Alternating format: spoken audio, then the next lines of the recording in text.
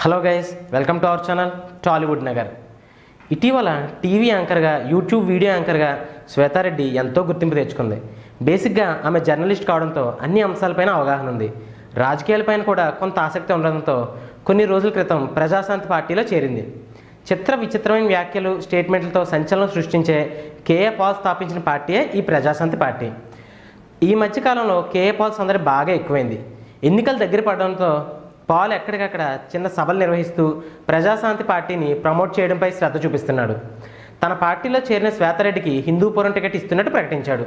అయితే ఎంతో ఉత్సాహంగా ప్రజాశాంతి పార్టీలో చేరిన యాంకర్ శ్వేతారెడ్డికి అనుకోని షాక్ తగిలింది. కొన్ని రోజుల క్రితం వైజాగ్లో ఏర్పాటు చేసిన ప్రెస్ మీట్లో కేఏ పాల్ తన గురించి చేసిన వ్యాఖ్యలు శ్వేతారెడ్డికి మింగుడు పడటం లేదు. ఇటీవలే పార్టీలో చేరిన శ్వేతారెడ్డికి 10,000 మందిని పార్టీలో చేర్చేస్తానని చెప్పింది. ఇప్పటి వరకు ఆమె జాడే లేదు అంటూ సీరియస్ కామెంట్స్ చేశాడు కేఏ పాల్. దాంతో శ్వేతారెడ్డి కేఏ పాల్ పేరు చెబితేనే చాలు బుసలు కొడుతుంది. ఆ సమావేశంలో తన ప్రస్తావన తీసుకురావాల్సిన అవసరం ఏంటని మండిపడుతుంది. తాను ప్రజాశాంతి పార్టీలో చేరినప్పుడు చాలామంది అదేం పార్టీ, ఒక సింబల్ లేదు, సిద్ధాంతం లేదు అంటూ నిరుత్సాహపరిచారని, వాళ్ళందరికీ తాను ఒకటే మాట చెప్పానని శ్వేతారెడ్డి గుర్తు చేసుకుంది.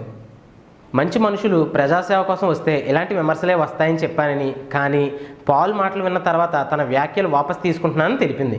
అంతేకాదు, కేఏ పాల్ శ్వేతారెడ్డికి ఇచ్చిన ఆ మాట హామీ గురించి వింటే మతిపోతుంది. హిందూపురం నియోజకవర్గంలో శ్వేతారెడ్డిని గెలిపించే బాధ్యత తనదేనని హామీ ఇచ్చారట. అక్కడ పోటీ చేసేది బాలయ్య అయినా ఇంకెవరినైనా శ్వేతారెడ్డిని గెలిపించి తీరుతాని పాల్ శపథం చేసినట్టు శ్వేతారెడ్డి చెబుతుంది. ఇప్పుడు ఆయన మాట్లాడుతున్న తీరు అవమానకరంగా ఉందని శ్వేతారెడ్డి వ్యతిరేకంగా ప్రెస్ మీట్ పెట్టి మరీ పాల్పై వ్యాఖ్యలు చేసింది. అసలు కేఏ పాల్ వంటి వ్యక్తి చెప్పిన మాటలను ఓ జర్నలిస్ట్ అయ్యుండి శ్వేతారెడ్డి ఎలా నమ్మింది అంటున్నారు రాజకీయ మేధావులు. చివరికి బాలయ్య పైన అయినా సరే గెలిపిస్తా అని చెప్పడం హాస్యాస్పదంగా ఉందని నెటిజన్లు కూడా కామెంట్ చేస్తున్నారు.